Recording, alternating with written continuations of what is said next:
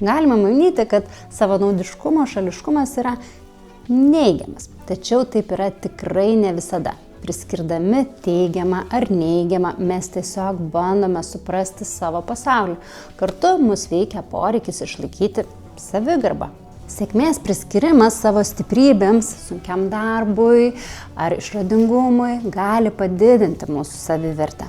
Problema atsiranda tada, kai dėl nesėkmių mes nuolat kaltiname aplinkybės arba kitus. Savanaudiškumo šališkumas gali būti atsakymas, kodėl turime įtemptus santykius, kodėl priimame prastus sprendimus arba nepasimokome iš klaidų, nuolat įsiveliame į konfliktus su kitais.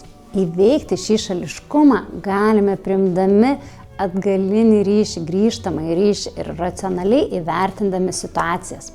Neieškokime kaltų, ieškokime sprendimų.